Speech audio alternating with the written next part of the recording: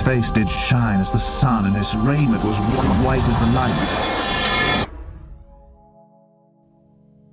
Hey, what's up guys? Gons here for the Face Like the Sun channel. Before we get into this video, I just wanted to quickly say what's up to all my patrons. How you guys doing? Thank you so much for your support, and God bless. I wanted to talk about Spider-Man Homecoming, and based on the trailer, there was a couple things that jumped out that clearly indicated to me that there are some things going on in this film that are probably going to reveal in plain sight some of the realities about the world today. And if this is the first video that you're watching on this channel, please understand that there are over 700 videos on this channel, and I've covered tons and tons of topics beyond the scope of what I can cover in just this video. So if you have any questions, or if you want to dig into more about what I believe and why I believe it, definitely check out all the uploads on this channel.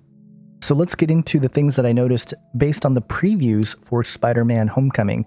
And again, the movie's not out yet, so I haven't seen it. And by the time you guys watch this, the movie might be out. So I'm only basing this off the previews and what I know about predictive programming and hiding in plain sight. The occultists who run the entertainment industry, who run all the major institutions and banks and everything else, they have used movies to hide truths about our reality right in front of you and do it in a way that is shrouded in science fiction and fantasy so that you guys just ignore it or brush it off as not real. But there are some things that I need to point out and get off my chest. So here we go. Now there's a lot of drama surrounding the Washington Monument in the previews.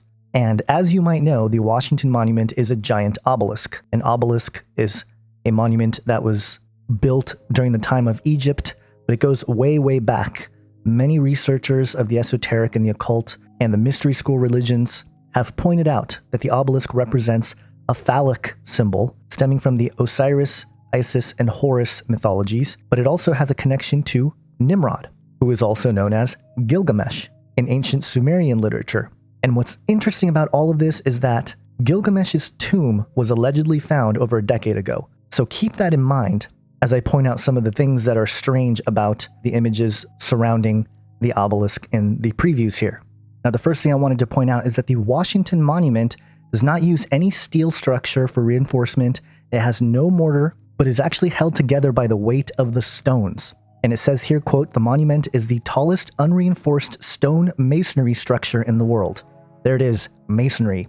The Freemasons are one of the more influential secret societies. George Washington himself was, in fact, a Freemason. So it shouldn't be surprising that the Washington Monument is named after a Freemason, and it is one of the most important Masonic structures in the world.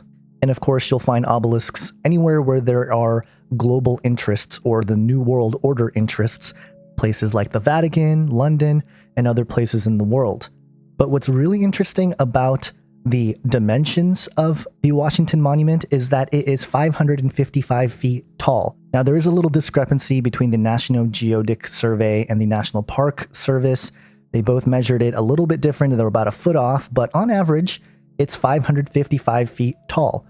And why is it 555 feet tall? Well, if you take the number of feet, which is 555, and multiply it by the number of inches per foot, which is 12, you get 6,660 or 666. I don't think that was an accident. Now again, there's a lot more that I can talk about with the obelisk itself, but that's not why I made this video. I wanted to talk about the scenes from the trailer of Spider-Man Homecoming. And the first thing that I wanted to point out was that it shows a scene where Spider-Man climbs up the obelisk. Now, Spider-Man is transhumanist by definition, but in this film, he has a suit that was made by Tony Stark to enhance all of his capabilities. And it's that nice combination of genetic enhancement and technological enhancement coming together to create a superhero. The many gadgets that are displayed in the film from the suit are actually more traditional in some regard in terms of the original Spider-Man story. Two that I wanted to point out. One is the detachable chest piece spider that turns into a drone, which is interesting. And then secondly, the GPS system, which interestingly enough shows the city contained inside of a dome. And beyond that, Spider-Man is shown as sort of a messianic figure, especially in the scene where the boat is ripping apart and he uses his web to hold the ship together. Now again, having not seen the film, I don't know the plot exactly to why they go to the Washington Monument, but clearly it's a centerpiece, an important piece to the story. And from what I can gather, One of Spider-Man's friends is in the tower when it is attacked by the villain in the story, Vulture, played by Michael Keaton. And just a little quick background on the weapons and the technology that is displayed in this film. It's alien technology that was crashed or something that is recovered, and Tony Stark, as part of the government, was tasked to collect all of the alien artifacts, but Michael Keaton's character and his crew don't return a particular item that they found, and that becomes the technology to create the villain Vulture. And so that in itself is an interesting part of what they're telling us or what they're revealing to us. Now, we just had a few days ago, on the 3rd of July, the 70-year anniversary of the Roswell crash. Now, of course, if you don't know about the Roswell crash back in 1947, an alleged UFO crashed out in New Mexico, and the government covered it up immediately, but there are many suspicions about what that was. Could it have been demons manifesting physically? Could it have been some sort of experiment gone wrong? Regardless, this idea that there is ancient technology that is hidden and that it is quote-unquote alien is a narrative that I think is being pushed out there because there is some truth and reality to it. But I don't think they're actually from aliens. I think the technology is from the Watchers. And again, if you don't know what I'm talking about, go dig through the archives of this channel, and there are plenty of videos talking about the Watchers, Genesis 6, Nephilim, and everything else. And of course, to maintain the deception and why I know that this is propaganda ultimately, you have Peter Parker wearing a NASA t-shirt. Never a straight answer, being promoted as a cool logo that Peter Parker wears on his shirt. But getting back to the attack on the Washington Monument, again, don't know the plot, don't know what exactly goes down, but clearly there is a scene where the monument is attacked. And this is the scene that I think is very fascinating. You have the top of the Washington Monument, or the obelisk, exploding. And let me just be blunt about it. If we consider the fact that the obelisk represents the phallus of Nimrod, what are they trying to tell us by showing an explosion at the top of it? And not just any explosion, but one that was caused by what looks like weapons created out of alien technology. Could it be some kind of signaling that the resurrection of Nimrod, based on the DNA that they got from the tomb of Gilgamesh, is complete? I don't know. That's just conjecture. There's no way for me to verify that, but I do think that it is a very interesting thing to show this particular explosion at the top of the obelisk, especially for those of us who have eyes to see, because they're definitely signaling something. So what I can gather is, again, the Washington Monument is attacked. Peter Parker's love interest is in the Washington Monument, I believe, and I think he goes and saves her, and that's part of the whole thing. And then it has Spider-Man at the top of the obelisk. And I think this is also some kind of symbolism. Remember, Spider-Man is transhuman, and here he is at the top of the obelisk. And if you want to get even more down the rabbit trail, if you look at the occult significance of the spider, they were considered spiritual guides by the Druids. And of course, Bohemian Grove, where the elite of the world go to do weird ritual sacrifices and whatnot, well, they have something at the front of Bohemian Grove that says this: "Weaving spiders come not here." And check out this video from 2014 by Mark Dice. You know, whatever you think of him, back in 2014, he was talking about this saying here from the Bohemian Grove about the weaving spiders that I wanted to play a clip for here. Check it out. The saying, "weaving spiders come not here," goes back to the story in Greek mythology about a woman weaver named Arachne who disrespected Athena, or Minerva, who was the goddess of weaving, and failed to acknowledge her, that her weaving skills came from the goddess and not from her own power.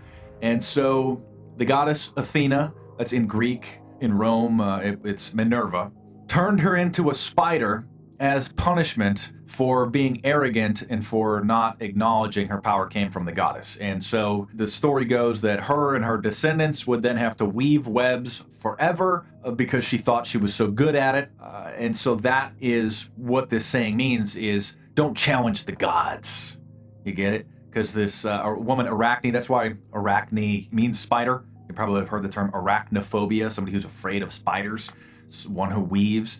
And so essentially what it means is they themselves, of course, see themselves as gods, thanks to the satanic secret teaching of success of their lover Lucifer over there.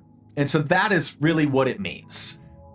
So there you go. That was Mark Dice from 2014 talking about the plaque in front of Bohemian Grove that says "Weaving spiders come not here." And again, this thing goes way deeper. There's many layers. But the final thing I want to mention here is this helicopter. This police helicopter, clearly the United States colors, red, white, and blue, and it has N2468G written on the back of the helicopter. And I just wanted to Google that to see if anything came up. And interestingly enough, there was a crash on January 11th, 2001 of a Cessna 206H, registration code N2468G, where the pilot crashed and died. And I'll leave the link here so you can look at the details of the crash, but basically it was not a mechanical issue. They said that basically the pilot flew on a low ceiling and hit some trees and crashed. Very bizarre, very interesting. Again, could it be some kind of virtue signaling to show that, hey, the United States, the police of the world, the red, white, and blue, is going down because of the emergence of an ancient deity? And if you think that sounds crazy, go study what the founders of this country were actually planning. The resurrection of an ancient civilization, Atlantis, to form a new Atlantis, and with it, resurrect an ancient king. And even that sounds crazy, but guess what? They're publishing this on July 7th, 2017. The 777s can't be missed.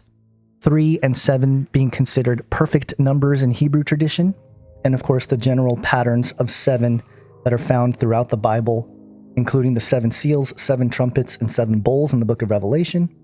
But it's also an important number for Thelema and other Kabbalistic philosophies, which are very much satanic. And interestingly enough, in computing with Unix's chmod, the value 777 grants all file access permission to all user types. So with all these different things here, whether it be on purpose or by spiritual guidance, these folks are creating more and more proof in your face that there's a lot more going on than meets the eye, than what you're being told in the news, and what you're being told even in the alternative media. We live in a supernatural world, and this pursuit of humanity to become gods and to resurrect an ancient god and to rebuild an ancient civilization is ultimately going to bring about, once again, the days of Noah. And just as Jesus said, as it were in the days of Noah, so shall it be in the coming of the Son of Man, because Jesus needs to come back to stop all this nonsense. Hope you guys get something out of this. Let me know what you guys think. Please like, share, subscribe, comment. And again, if you'd like to support me on Patreon, please do so. Have an awesome day, guys. God bless.